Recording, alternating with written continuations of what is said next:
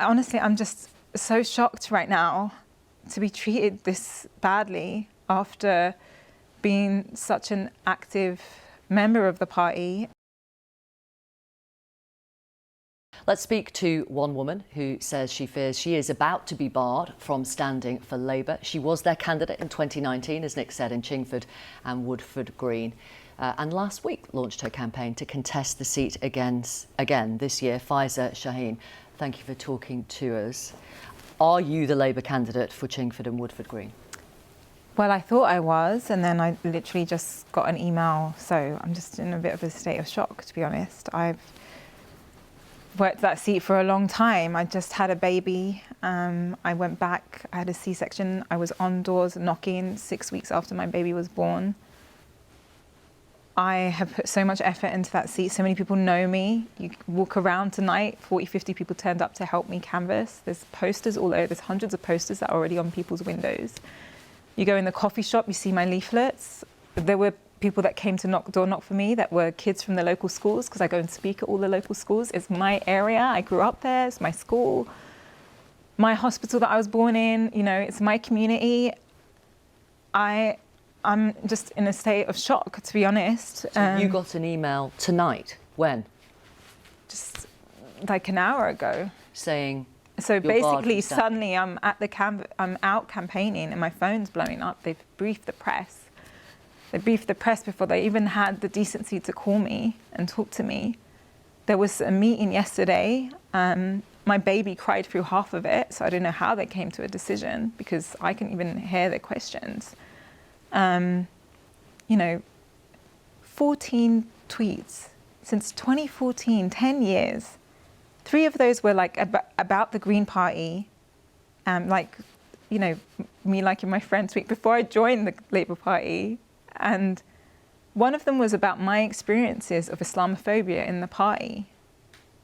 Like, how am I not allowed to talk about my experiences of Islamophobia and the double standards that I've seen and that we see with Diane Abbott, for instance? I honestly, I'm just so shocked right now to be treated this badly after being such an active member of the party. And, you know, we were one of the tiny number, 6 Tory-held seats in 2019 that had to swing to Labour. To act like I am some kind of person that can't, you know, that isn't good at elections, that, you know, that frustrates the Labour's purpose. I mean, you know, Is that what the email says? You will frustrate Labour's purpose of winning this election? Yeah, from what I could see. I mean... Faiza Shaheen, I'm going to put to you what the Jewish Labour movement said about one of the tweets that you liked. Nick mentioned it. And this is the quote: "We've received a number of complaints about the tweet that you liked from local Jewish members who are concerned about the tone of Ms. Shaheen's tweets."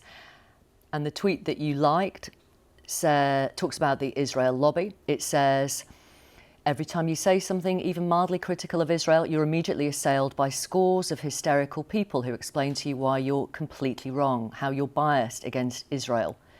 Moreover, you can't easily ignore them because those are not just random people. They tend to be friends or people who move in the same circles as you. Those people are mobilised by professional organisations." So, okay, so I do want to say that I don't remember liking this tweet. I was looking, if you see that tweet, it was a retweet of a Jon Stewart sketch. I watched the Jon Stewart sketch, but I wouldn't have even ordinarily liked that. Honestly, it was the middle of the night. If you look at the timing, I was probably with the baby breastfeeding. I don't even remember liking that tweet. But you know what's wrong with it. I know what's wrong with it, of course. What is wrong with it? The line that's there about the, you know, they're in professional organisations, it plays into a trope, and I absolutely don't agree with that, and I'm sorry about that. And I expressed that I was sorry in that meeting yesterday over my crying baby, but, you know, that's one tweet. I've organised an interfaith vigil with a local rabbi after the attacks, Hamas's attack, and brought the imam together, and you know, I've done a lot of work. I have a lot of supporters. They wouldn't tell me how many Jewish members have messaged them, because I can tell you there's a lot more that would offer their support to me, the people that helped co-organise that interfaith vigil.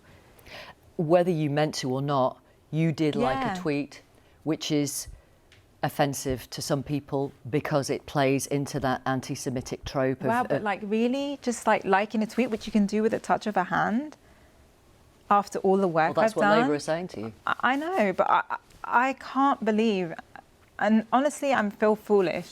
I feel foolish. Why do you feel foolish? Because everyone said I was the one socialist that was running, you know, it was a surprise I wasn't blocked earlier. Everyone knows that. And of course, they were going to come for me, and I did something stupid. And honestly, I don't remember liking that. And any new mum will know what that's like.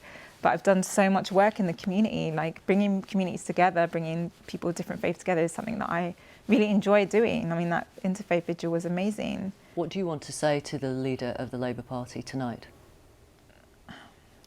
I mean, look, I've supported the Labour Party for a long time, and you know, I want the Labour Party to do well. But what I would say is that, you know, on top of Gaza, on top of Diane Abbott, and now this to me, when there's such clear double standards of how other people have been treated when stuff has happened, when they've said racist things, liking, I didn't retweet it. I mean, like, what? And there's literally a Jon Stewart sketch, like people can see, that probably had, you know, thousands and thousands of likes. To say, like, what message are you sending my community? What message are you sending the black community? Like, yeah, Labour's really ahead in the polls, but our communities have really supported Labour, and, you know, we're being tossed aside in a way that's so harsh. And I know I shouldn't be surprised, but I just, you know, I'm in a state of shock, honestly. I like I say, I mean, I've got like engorged breasts right now. I've left my baby at home. Like I just don't understand how they can do this on the basis of this one thing. And I literally was having coffee with the rabbi yesterday. So, you know, like...